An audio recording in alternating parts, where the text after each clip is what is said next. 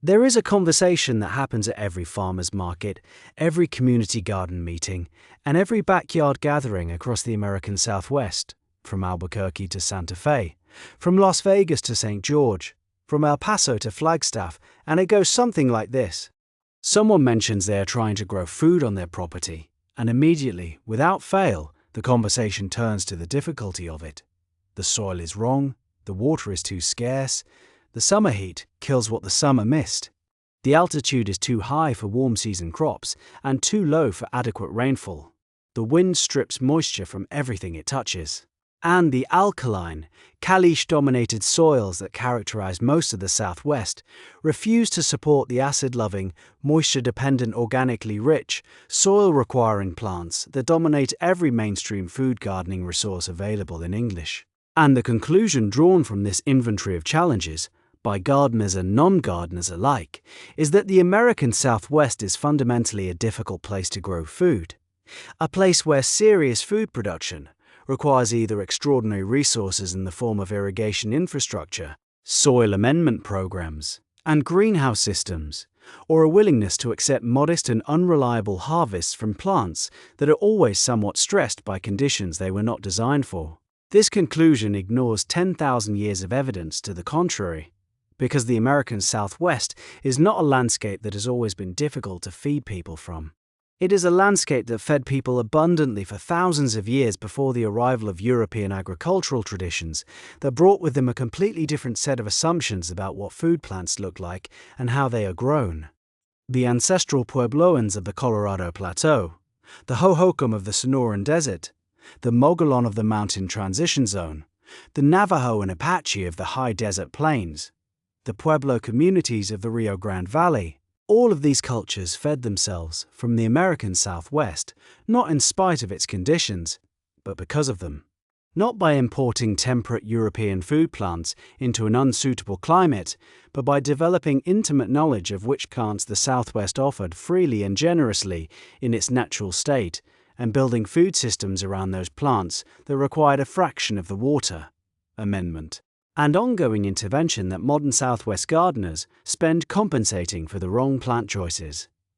The American Southwest covers an extraordinary range of growing conditions within a relatively compact geographic area. The low Sonoran Desert around Phoenix and Yuma sits below 1,500 feet with summer temperatures that regularly exceed 115 degrees Fahrenheit, mild winters that rarely see hard frost, and annual rainfall of 7 to 10 inches split between winter Pacific storms and summer monsoon. The Chihuahuan Desert of southern New Mexico and far west Texas sits between 3,500 and 5,000 feet, with slightly cooler summers reaching 100 to 105 degrees Fahrenheit, colder winters that regularly drop to 15 to 20 degrees Fahrenheit, and a rainfall pattern dominated by the summer monsoon that delivers 10 to 15 inches annually in its wettest areas. The high desert Colorado Plateau of northern New Mexico, northern Arizona, southern Utah, and western Colorado sits between 5,000 and 7,500 feet, with warm summers rarely exceeding 95 degrees Fahrenheit, genuinely cold winters that drop to minus 10 degrees Fahrenheit in the coldest positions, and a growing season compressed to 120 to 150 days by the combination of late spring and early autumn frosts. And the Great Basin Desert of Nevada and western Utah sits between 4,000 and 6,000 feet in an intermediate zone that shares characteristics with both the Mojave and the cold high desert. With summer heat moderate enough for most food plants and winter cold severe enough to eliminate anything not genuinely cold hardy. This range of conditions within a single region means that no single plant list works identically across the full southwest elevation gradient.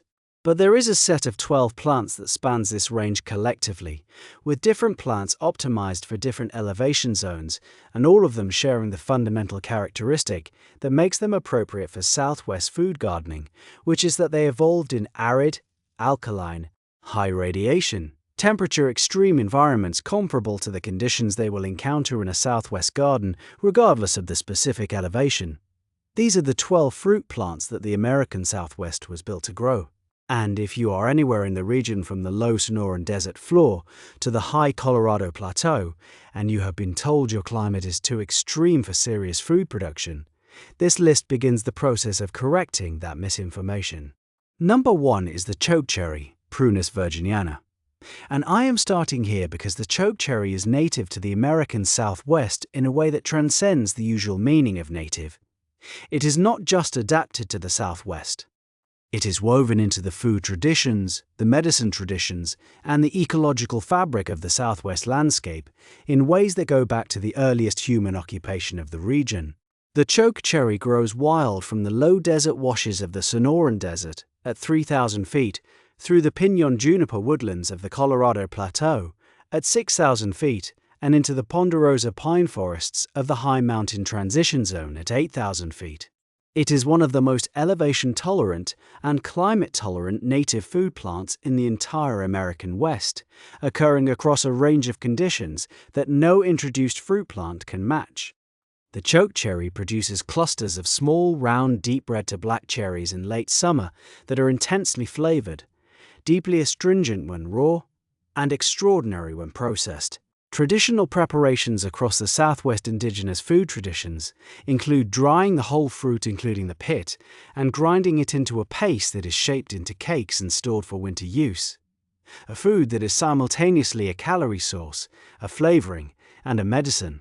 Contemporary preparations include chokecherry jelly and syrup, which have a deep, rich, complex flavor unlike any commercial cherry product, because the chokecherry's flavor intensity, which comes from the same cyanogenic compounds that make it astringent when raw, transforms completely into something extraordinary when the fruit is heated and processed with sugar. The chokecherry handles the full Southwest elevation range from the upper Sonoran zone through the Colorado Plateau with complete native resilience. It handles alkaline soils without any amendment. It handles the extended dry periods between the winter and summer rainfall seasons by going semi-dormant at the soil surface while maintaining deep root activity. It handles the cold winters of the high desert plateau down to -30 degrees Fahrenheit without any damage.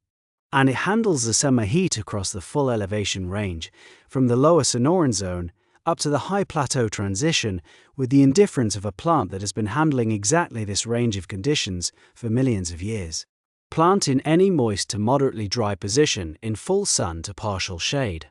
A mature chokecherry produces 10 to 20 pounds of fruit per season from a plant that requires nothing beyond the initial establishment watering. Number 2 is the four-wing saltbush, Atriplex canescens, and this is a plant that appears on almost no mainstream food gardening list because it is almost entirely unknown outside of the botanical and ecological literature of the American Southwest.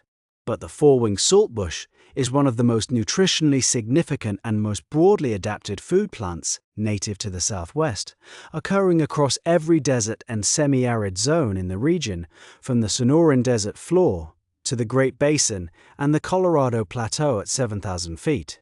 Its seeds, which are produced in enormous quantities enclosed in the distinctive four-winged papery husks that give the plant its name, were a dietary staple for virtually every indigenous community in the Southwest, ground into a flour that is protein-rich, calorie-dense, and nutritionally complete in a way that few plant foods can claim. The four-wing saltbush handles conditions that defeat every other plant on this list. Pure calichet hardpan, highly saline soils that would kill most food plants within a single growing season. Extreme alkalinity with pH levels above 9, annual rainfall below 5 inches, temperatures from 120 degrees Fahrenheit in the low desert to -30 degrees Fahrenheit on the high plateau. It is the most extreme condition food plant available to the Southwest gardener, and its role in the food garden is to produce from the positions where absolutely nothing else will grow.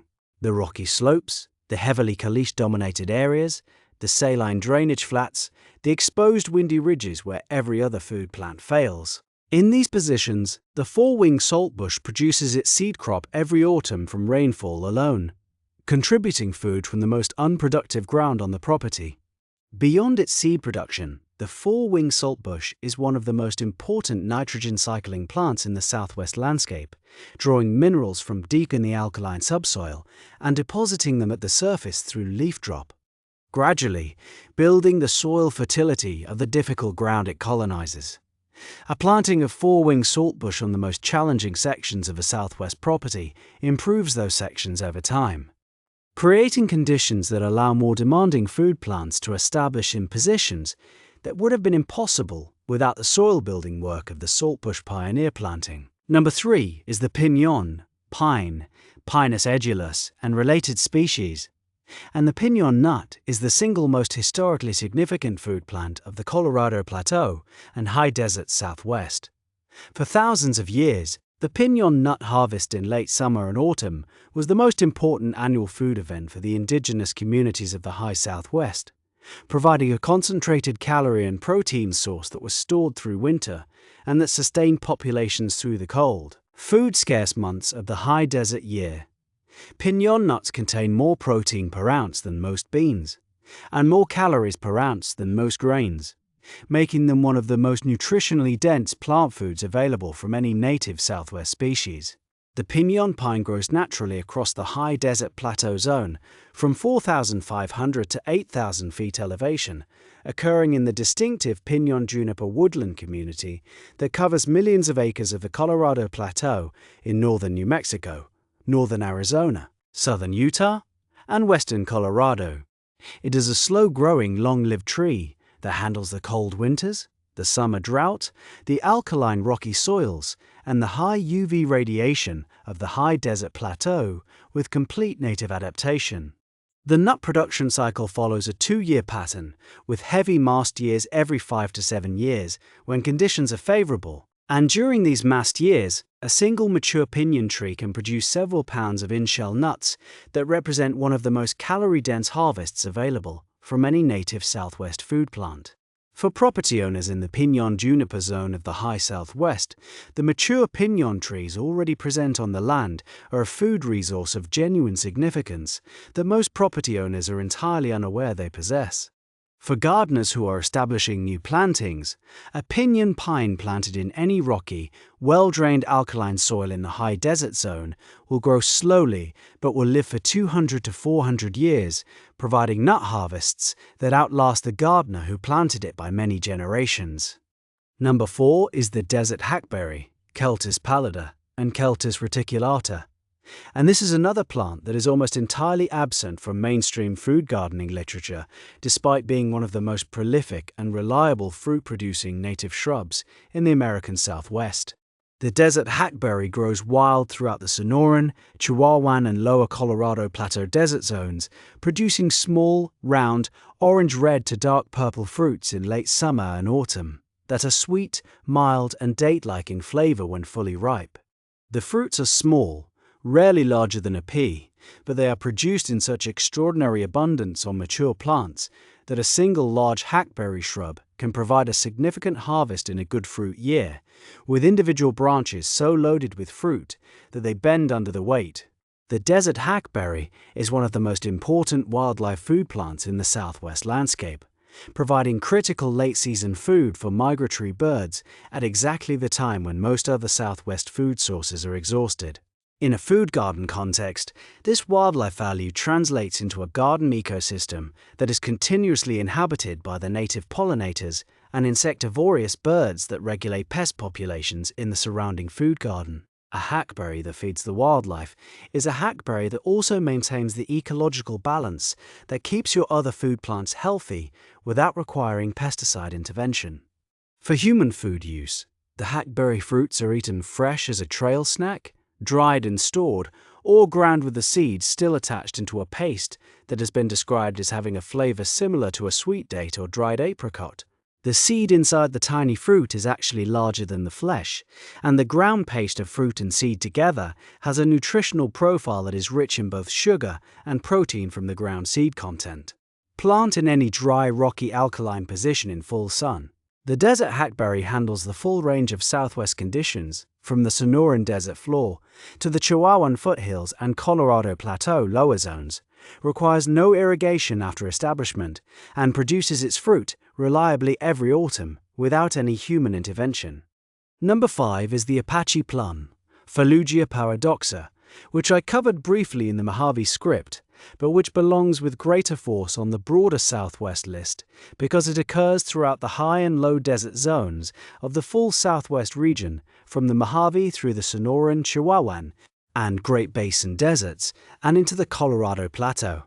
The Apache plume is the edible flower plant of the Southwest high desert, producing white rose-like flowers from late spring through summer that are used as a tea, a flavoring, and a traditional medicine across the indigenous communities of the region, followed by the feathery plume seed clusters that turn the entire shrub into a spectacular silvery pink display through the late summer and autumn months. The Apache plume grows in every difficult position that a Southwest garden contains. Rocky caliche slopes, dry exposed ridges swept by the relentless southwest wind, sandy bajada soils with almost no organic matter. It handles -20 degrees Fahrenheit in the coldest high plateau positions and 115 degrees Fahrenheit in the hottest low desert summer positions within its elevation range. It requires no irrigation, no amendment, no fertilizing, and no management beyond the decision of where to plant it. And in a Southwest food garden, it fills the critical role of the no-infrastructure perimeter plant, establishing on the driest and most difficult boundary areas of the property, where irrigation never reaches and where its modest but genuine food contribution from edible flowers and its significant ecological contribution from wildlife support and wind protection make it one of the most valuable multifunction plants available to the Southwest gardener who wants to produce food from every square foot of their property. Number 6 is the pomegranate, Pudica granatum, which has now appeared on every desert and Mediterranean climate script in this entire series, and which appears here again because the American Southwest represents the full elevation range of pomegranate adaptability in the continental United States. In the low Sonoran Desert below 2,000 feet, the pomegranate performs at its absolute performance ceiling, as I described in the Arizona script, producing fruit with maximum sugar concentration from the extreme summer heat and low humidity that the valley floor delivers. In the Chihuahuan Desert, at 3,500 to 5,000 feet, the pomegranate produces equally well with the advantage of slightly more winter cold that provides a more definitive dormancy and spring flowering trigger. And in the high desert transition zone, at 5,000 to 6,500 feet, early ripening cold-hardy varieties like Nikitsky, Rani, and Salavatsky complete their fruit development before the early autumn frosts that characterize the upper elevation limit of reliable pomegranate production in the Southwest. The pomegranate handles the alkaline caliche soils of the Southwest at every elevation without any amendment. It handles the dramatic temperature swings between day and night that characterize high desert, growing by storing warmth in its thick stems and bark and releasing it gradually through cool nights to maintain the minimum temperature the ripening fruit requires. And it handles the bimodal rainfall pattern of the Southwest, the winter Pacific storms, and the summer monsoon by using each rainfall event for different phases of its annual cycle. The winter rain for root establishment and spring flowering, the summer monsoon for fruit development and ripening. For the full Southwest elevation range, plant Salavatsky in any position above 4,000 feet for its combination of cold hardiness and excellent fruit quality. Plant wonderful in the hottest low desert positions below 2,500 feet, where the extreme heat pushes its large, deeply flavored fruit to its maximum sugar development. Plant Nikitsky Rani in the intermediate elevations between 3,000 and 5,000 feet, where its early ripening characteristic ensures the fruit completes its development before the first autumn frosts of the high desert arrive. Number 7 is the squaw bush or lemonade berry Rus trilobata, which is native to the canyon sides, rocky slopes, and dry washes of the Southwest desert and mountain transition zones from the Sonoran Desert foothills through the Colorado Plateau and into the Great Basin. The squaw bush produces small, sticky, bright red berries in late summer that have been used by indigenous Southwest communities for centuries as a drink ingredient, dissolving in water to create a tart, lemon-like beverage that is genuinely refreshing in the summer heat and that contains significant levels of vitamin C and tannins that have both nutritional and medicinal value in the traditional Southwest food system. The beverage made from squaw bush berries, sometimes called Indian lemonade, is made by soaking the ripe berry clusters in cold water for several hours until the water has absorbed the tartness and flavor of the berries, then straining and sweetening to taste. It is one of the most historically authentic Southwest food traditions available to the contemporary gardener, and one that requires no cooking, no processing equipment, and no infrastructure beyond a container of cold water and a harvest of ripe berry clusters from a plant that grew in your garden without any care from the day you planted it. The squaw bush handles the alkaline, rocky soils of the Southwest at elevations from 2,000 feet in the lower Sonoran zone to 8,000 feet in the mountain transition zone. It handles cold down to -30 degrees Fahrenheit without any damage. It handles summer heat across the full Southwest range. It handles extended drought between rain events by going semi-dormant at the surface while maintaining deep root activity in the permanently moist subsoil. And it spreads slowly by underground runners to colonize difficult ground over time, gradually improving the soil around it through organic matter deposition and providing increasing fruit production from an expanding colony of connected plants that shares root resources across a growing area. Number 8 is the wolfberry, Lycium pallidum, and related Southwest native species, which appeared on both the Arizona and Mojave scripts as the Native American equivalent of the Chinese goji berry. In the broader Southwest context, multiple native Lycium species occur across the full elevation range from the low Sonoran Desert to the Chihuahuan Desert and into the Great Basin and Colorado Plateau, each adapted to the specific conditions of its native elevation zone. Lycium pallidum, the pale wolfberry, is the most widely distributed species across the high desert Southwest and produces fruit at elevations up to 7,000 feet in the Colorado Plateau zone. Lycium andersonii, Anderson's wolfberry, is the most common species of the low and mid-desert zones. And Lycium fremontii, Fremont's wolfberry, is the primary Sonoran desert species that produces the largest and most nutritionally concentrated fruit of the common Southwest wolfberry species. The wolfberry in a Southwest garden fills the role of the continuous low-level producer, the plant that provides a small but steady supply of nutritious fruit across 2 annual fruiting windows without any supplemental irrigation, soil amendment, or ongoing care. Its spring fruiting, which occurs in April and May before the summer heat arrives, and its autumn fruiting, which occurs in September and October after the summer heat has moderated, give the Southwest garden a fruit harvest at the shoulders of the main growing season when other plants are either not yet producing or have already finished.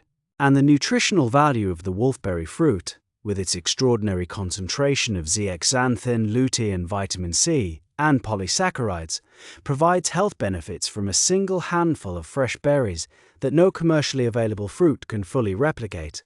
Number 9 is the elderberry, and specifically the blue elderberry, Sambucus nigra subspecies Cerulean, in the higher elevation portions of the Southwest, and the Mexican elderberry, Sambucus mexicana, in the lower and hotter desert zones of the Sonoran and Chihuahuan regions. The Southwest elderberry story is essentially the same as the elderberry story in every other climate script in this series, which is that this plant grows vigorously, produces abundantly, requires minimal care, and provides 2 distinct food crops from the same plant across a compressed flowering and fruiting season that makes it one of the most time-efficient food plants in any climate. The specific dimension that makes the Southwest elderberry story worth telling separately from the other climate scripts is the role of the wash habitat, which I touched on in the Mojave script, but which deserves full treatment in the broader Southwest context because the wash is the fundamental organizing ecological feature of the Southwest desert landscape.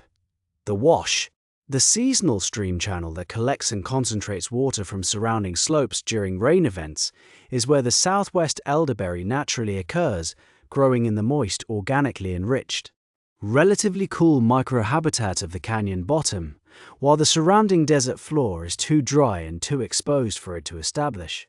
In a Southwest garden, the translation is straightforward. Put the elderberry in your lowest lying position, your water collection zone, your drainage swale, your roof runoff concentration area. Give it the concentrated moisture of your water harvesting system, and it will produce with the same generosity in a designed garden position as it does in its natural wash habitat, regardless of how arid the surrounding landscape is. Number 10 is the desert willow, Chilopsis linearis, which appeared on the Mojave script and which belongs on the Southwest list with equal force because it occurs throughout the Sonoran, Chihuahuan and Lower Colorado Plateau desert wash systems from sea level to 5,000 feet elevation.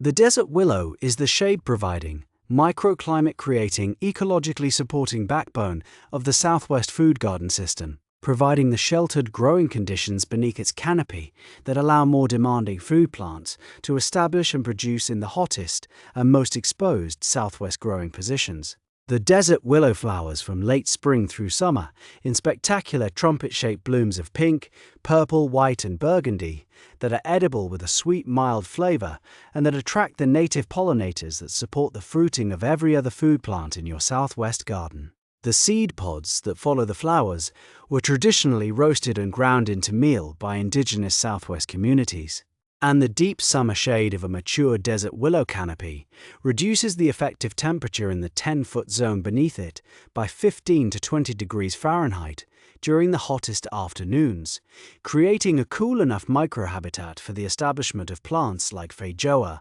fig, and quince that need some protection from the most extreme low desert summer temperatures to produce reliably. Number 11 is the prickly pear cactus, a Puntia species, which has now appeared on the Arizona, Mojave, and North San Diego scripts in this series, and which appears here again because the prickly pear is not just present throughout the Southwest. It is the defining food plant of the Southwest desert landscape, occurring in more species, more growth forms, and more elevation zones across the Southwest than any other single food-producing plant genus.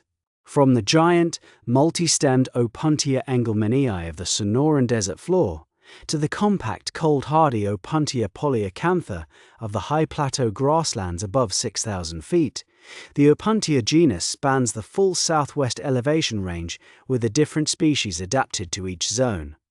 The food value of the prickly pear across the full Southwest is the same as I described in the Arizona and Mojave scripts. Young pads as a vegetable in spring, fruit as a fresh, preserved and juice product in late summer and autumn, seeds as a flour-like meal when ground with the dried fruit, and the water storage capacity of the mature pads as an emergency moisture source in the most extreme drought conditions, a use that has sustained both humans and livestock in the Southwest desert during the worst dry periods in recorded and oral history.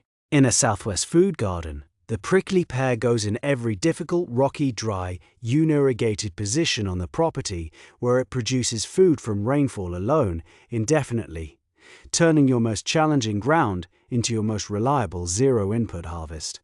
Number 12 is the quince, Cydonia oblonga.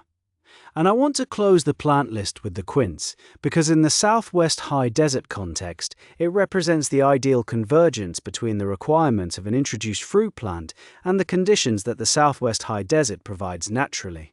I covered the quince in the Mojave script as a high elevation performer, but in the broader Southwest context, the quince finds its largest potential audience and its most consistently favorable growing conditions in the high desert zones of New Mexico and Arizona, between 4,500 and 6,500 feet elevation. In this zone, the combination of cold winters that provide deep dormancy and spring flowering trigger, hot summers that accumulate the heat units the quince needs to develop its large fragrant fruit, low humidity that eliminates the fungal diseases that affect quince in moist climates, and alkaline rocky soils that the quince handles without any amendment create conditions that are as close to optimal for quince production as anywhere in the country. The quince produces its large, golden, intensely fragrant fruit in October, at exactly the time when the high desert autumn is at its most beautiful. The cottonwoods turning gold along the arroyos and the first light frosts sharpening the air in the mornings.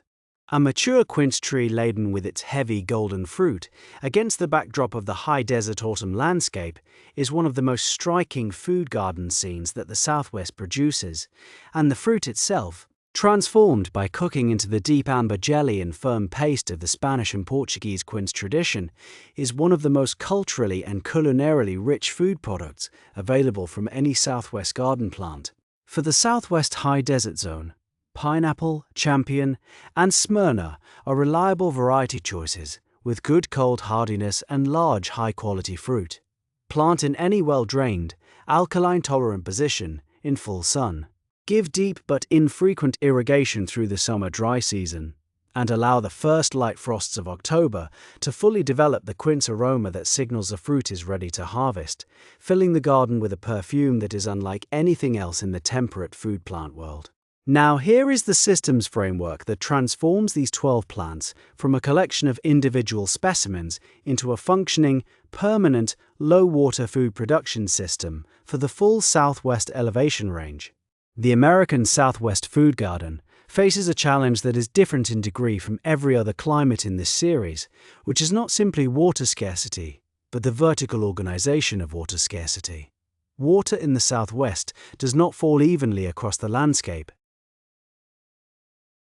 It falls in concentrated events, winter storms from the Pacific, and summer thunderstorms from the monsoon.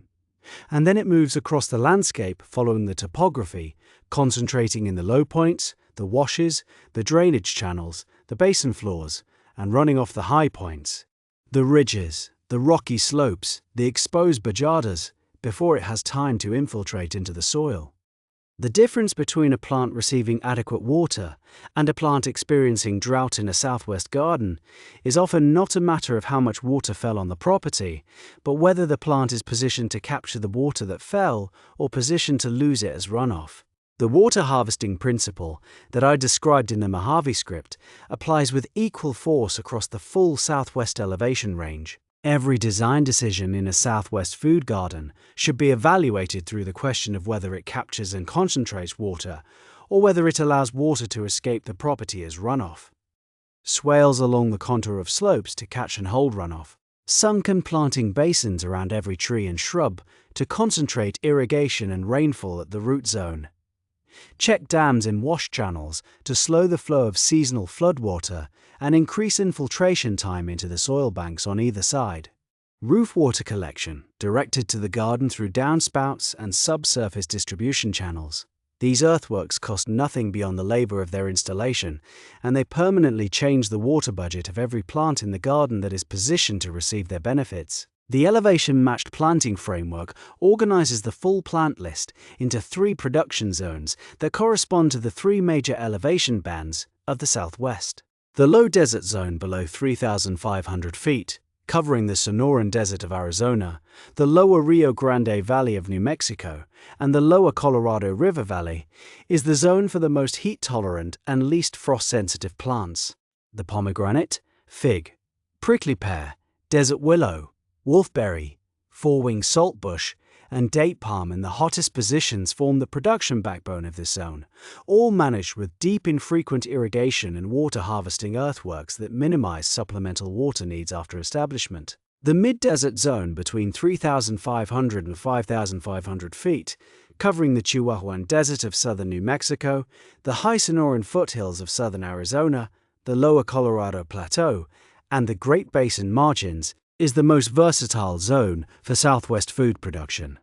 This elevation range receives more rainfall than the low desert, experiences more moderate summer temperatures that reduce water stress on food plants, and still provides enough summer heat for pomegranate, fig, quince, and jujube to ripen their crops reliably. The full plant list is accessible in this zone, with appropriate variety selection, making it the most opportunity-rich elevation band for the Southwest food gardener.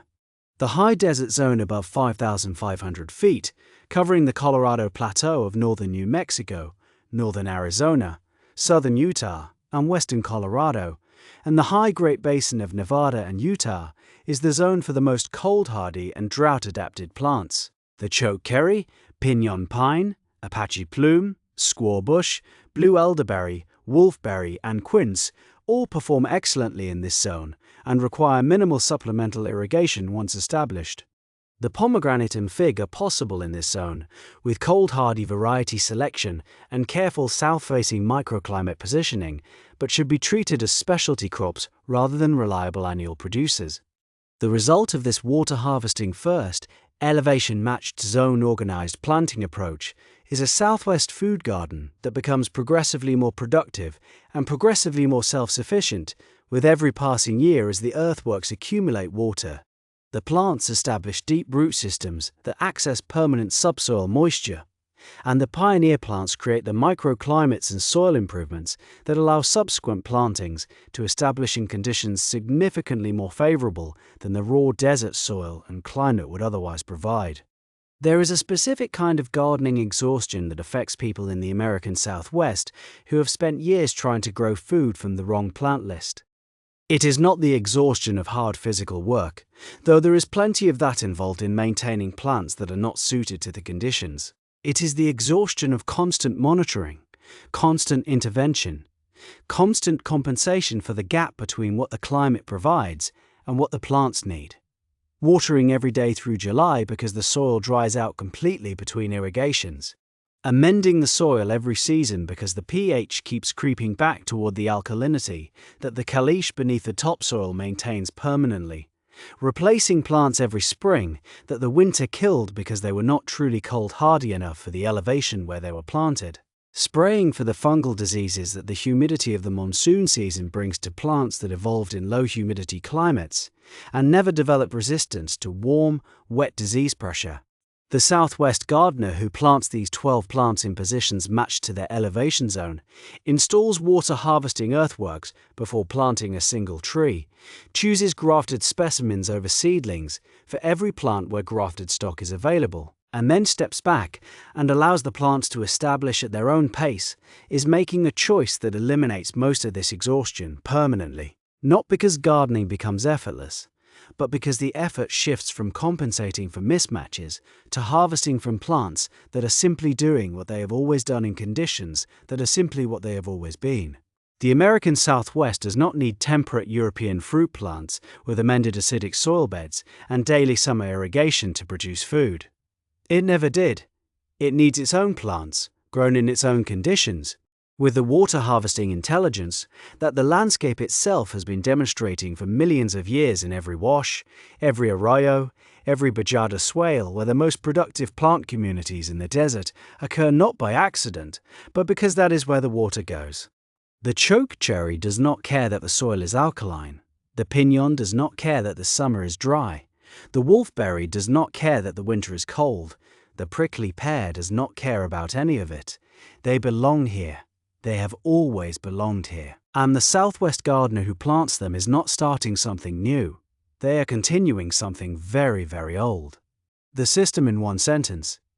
Harvest water before you plant anything, match every plant to its elevation zone and its water availability within that zone, and let the 10,000-year food production history of the American Southwest guide every planting decision you make from the first day you break ground.